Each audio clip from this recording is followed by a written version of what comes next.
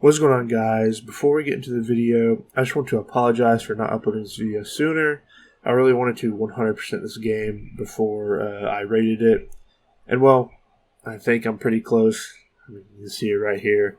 I think I'm pretty close. So yeah, I'm sorry, but I will be back to uploading again with a new series coming soon. And with that being said, I hope you guys enjoy the video. Initiating bust.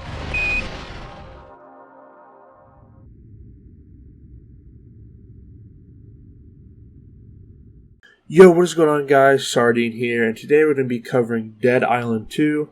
This game released back in April with a lot of hype, since it has been in development for 10 years, but unfortunately, it just doesn't show.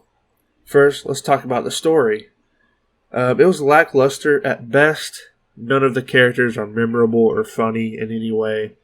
I played as Jacob, and I think he's the best character in the game, not just with abilities, but also with personality and how likable he is. He's the only character in the game that I feel is relatable to any degree.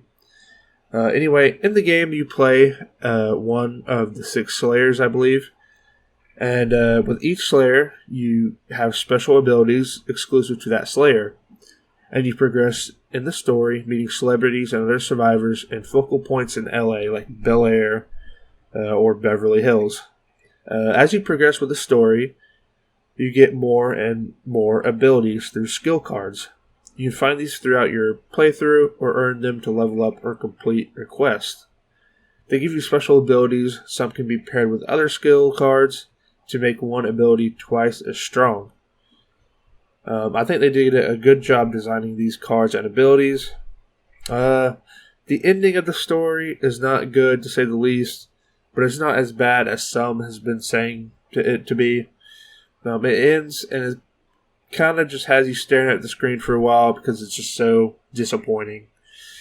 Let's get into what makes this game shine, really. First is obviously the combat. The combat in this game is the best I've ever seen in any zombie game that I've played. And a big part of that is the gore mechanics, or like the gore system.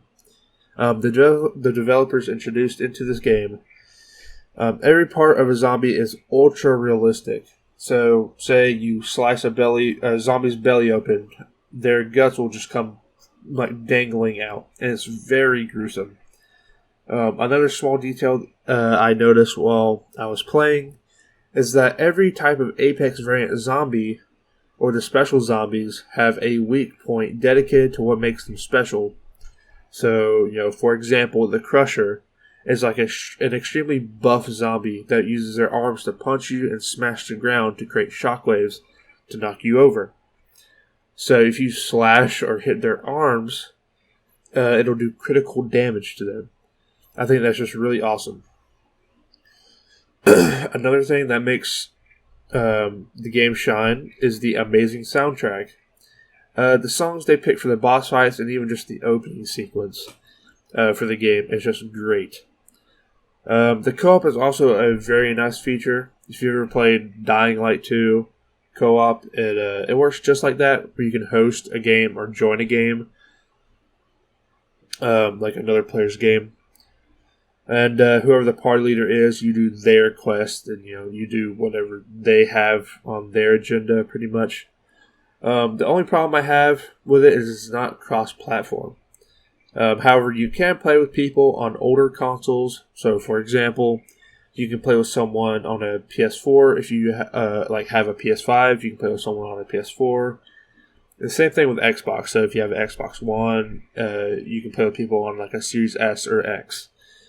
But this really doesn't apply to PC, which is the platform I was playing on. You can only play with PC players. You don't get to play with any console players. Now, the last thing I want to talk about is the map, or just LA in general in this game. In the game, you can go to all these locations and monuments, but you can't actually walk you can't walk from one monument to another. So, for example, you can't go to the Santa Monica Pier to a different part of the beach. You can either fast travel to it or go to a location to travel to it. and it's blocked off by loading screens. It's not a terrible issue, but I completely understand why they did, why they did it. But I think they could have done a little something better.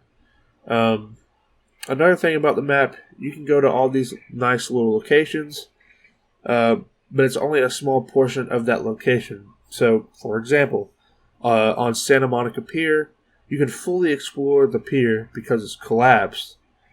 Or you can't fully explore, because it's collapsed at the very end. And you can't go into like half of the shops or stores because they're closed off. Or, for instance, in Beverly Hills, you can only get into like a portion of the neighborhood in Beverly Hills.